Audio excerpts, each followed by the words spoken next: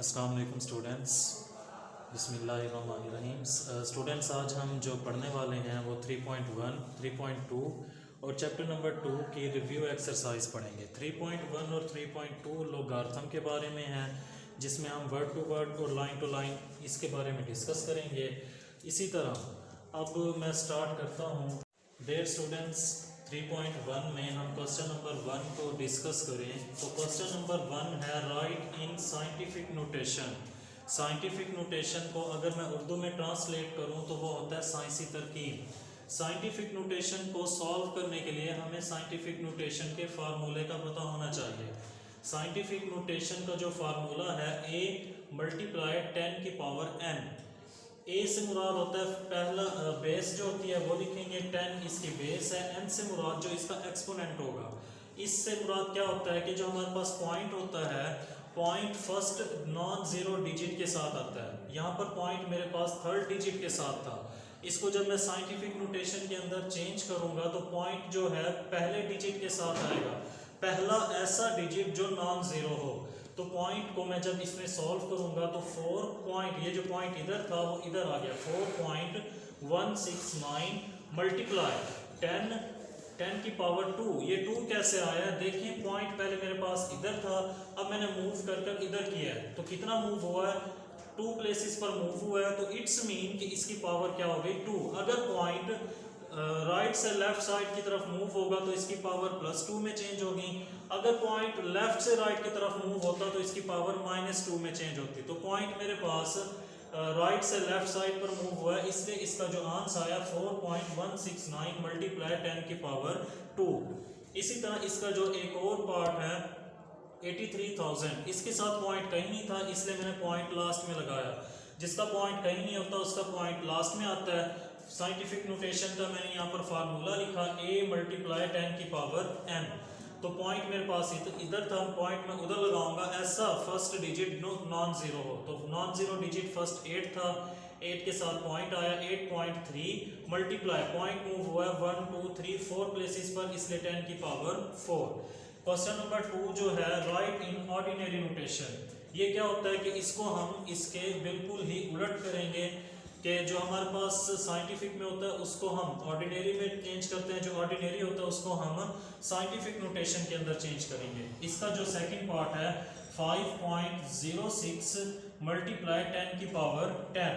इसको हम दो मेथड से सॉल्व कर सकते हैं। जो बिल्कुल सिंपल सा मेथड है वो ये है कि पॉइंट को ख़त्म करके फ्रैक्शन में मैं 1 लिखूंगा डिनोमिनेटर में। इसको जब फ्रैक्शन के अंदर चेंज करूंगा तो पॉइंट को जब मैं खत्म करूंगा तो डिनोमिनेटर में 1 आ जाएगा। पॉइंट के बाद 2 डिजिट्स थे तो इसकी 2 जीरोस आ गई। मल्टीप्लाई 10 की पावर 10 को जब मैंने चेंज किया तो ये चीज आ गई मेरे पास। तो इन 2 जीरो से ये 2 जीरो कैंसल। 506 को जब इससे मैं मल्टीप्लाई करूंगा तो मेरे पास इसका रिजल्ट ये आ जाएगा। बिल्कुल सिंपल सा है। सबसे पहले हमने पॉइंट को खत्म कर उसको फ्रैक्शन में चेंज करना होता है। जो कैंसिल होते हैं उनको कैंसिल करने के बाद बाकी जो चीज़ बचती है उनको मल्टीप्लाई करें तो हमारे पास उसका ये आंसर आ जाता है। इसी तरह इसके जो बाकी एक पार्ट और है 3.1 स्मार्ट सिलेबस के अंदर, वो भी सिमिलर ऐसे ही है कि सबसे पहले हमने पॉइंट को ख़त्म करना होता है। पॉइंट को ख़त्म करने में डिनोमिनेटर में जो चीज़ बचती है उसको ऊपर वाले से कैंसिल करने के बाद मल्टीप्लाई करें तो हमारे पास उसका आंसर आ जाता है। अब मैं जो स्टार्ट करने वाला हूँ नेक्स्ट जो हमारी एक्सरसाइज है, एक्सरसाइज 3.2। ये मोस्ट इंपॉर्टेंट एक्सरसाइज है शॉर्ट क्वेश्चंस के हवाले से। तो इसमें जो क्वेश्चन नंबर 2 है कि हमारे पास लॉग की वैल्यू दी गई होती है, इसमें हमने करैक्टरिस्टिक्स और मैंटीसा को फाइंड आउट करना होता है। जो करैक्टरिस्टिक्स है, करैक्टरिस्टिक्स होता है पॉइंट से पहले वाले डिजिट और जो मैंटीसा होता है पॉइंट के बाद वाले डिजिट्स। तो हमारे पास जो वैल्यू थी लॉग 0.003109, लास्ट टाइम भी मैं आपको बताकर आया था पिछली एक्सरसाइज में, अब दोबारा वही रिपीट कर रहा हूँ। जो पॉइंट होता है वो पहले नॉन जीरो डिजिट के साथ आता है। अब देखें ये भी 0 था, ये भी 0 था, ये 3 था। रेफरेंस प्लेस मेरे पास इधर आ गई। पॉइंट कितना मूव हुआ है? 1 2 3, क्योंकि लेफ्ट से राइट साइड पर मूव हुआ था इसीलिए इसका जो हमारे पास आंसर आया वो आया -3। लॉग के अंदर माइनस साइड की बजाय डिजिट के ऊपर लिखा जाता है, तो ये -3 इसका करैक्टरिस्टिक्स होगा। जब इसका हम मैंटीसा फाइंड आउट करेंगे तो लॉग टेबल में 31 को 0 में देखेंगे, जो आंस आएगा उसको 9 के डिफरेंस में देखेंगे। लॉग टेबल के अंदर सबसे पहले हम 31 को 0 में देखेंगे, जो आंस आएगा उसको 9 के डिफरेंस में देखेंगे, तो हमारे पास 4926 ये आंस आएगा। इसका जो हमारे पास आंसर आया -3.4926। इसका जो दूसरा क्वेश्चन है वो भी ऐसे सिमिलर है। अब मैं क्वेश्चन नंबर 4 की बात करूं तो इसमें है find unknown values. Unknown values कौन सी होती हैं? अननोन वैल्यूज ऐसी वैल्यूज होती हैं जो हमारे पास नाउन ना हो, मीन कि उनकी वैल्यू हमने फाइंड आउट करनी हो। अननोन वैल्यूज कौन सी हो सकती हैं? ए से लेकर जेड तक कोई भी अल्फाबेट आ जाए वो अननोन वैल्यू होती है। तो मेरे पास आंसर था log a की पावर 6 is equal to 0.5। Taking exponential form. Students एक चीज मैं आपको बताना चाहता हूं, जब हम एक्सपोनेंशियल फॉर्म को लेते हैं, एक्सपोनेंशियल फॉर्म लेने की वजह से जो ये log है ये खत्म हो जाता है। एक्सपोनेंशियल फॉर्म क्या होती है कि जो ये वाला 6 है वो इसकी जगह रिप्लेस हो जाता है, यहाँ पर जो डिजिट होगा वो इसकी जगह रिप्लेस हो जाएगा। a की पावर 6 की जगह a की पावर 0.5 और 0.5 की जगह क्या आ गया? 6 आ गया। आगे जब इसको मैं सॉल्व करूंगा तो इस पॉइंट को खत्म किया, डिनोमिनेटर में 1, पॉइंट के बाद एक डिजिट था, एक 0, a की पावर 5/10। इसको जब सॉल्व किया 5 1 द 5, 5 2 द 10, a की पावर 1/2 इज इक्वल टू 6। 1/2 हमारे पास क्या था? एक्सपोनेंट में था। 1/2 को खत्म करने के लिए हमने दोनों तरफ स्क्वायर लिया, taking square on both sides. a की पावर 1/2 इसका भी स्क्वायर, 6 का भी क्या आ गया? स्क्वायर। इस स्क्वायर से ये 1/2 का 2 कैंसिल, a की पावर 1 a के ही इक्वल होती है और 6 का स्क्वायर किसके इक्वल होता है? 36 के। इसी तरह इसके जो बाकी क्वेश्चंस हैं वो भी सिमिलर हैं। अब मैं क्वेश्चन नंबर 6 में की तरफ चलता हूँ, तो इसमें हमने x की वैल्यू फाइंड आउट करनी होती है। log 3 की पावर x is equal to 4।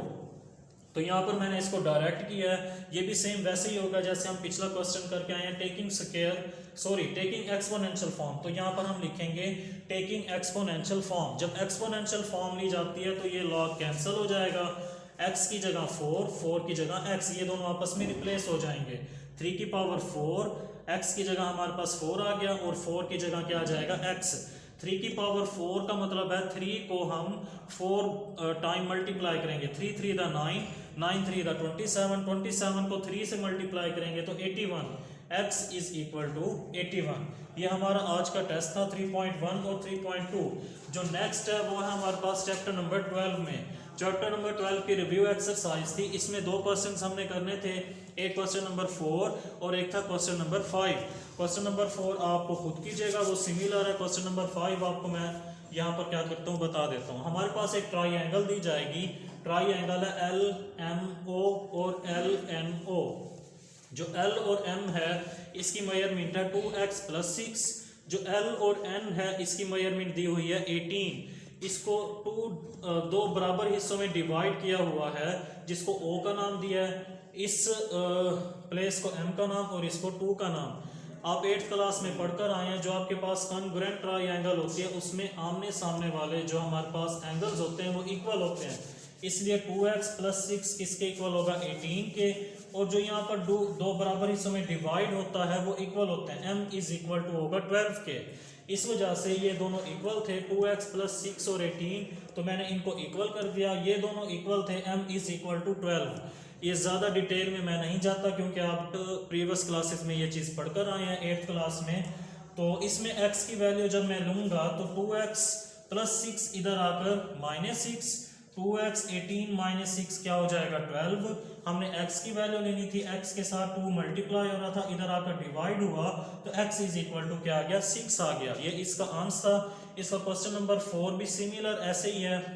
Best of luck, आप पेपर की तैयारी कीजिएगा। अल्लाह हाफिज़।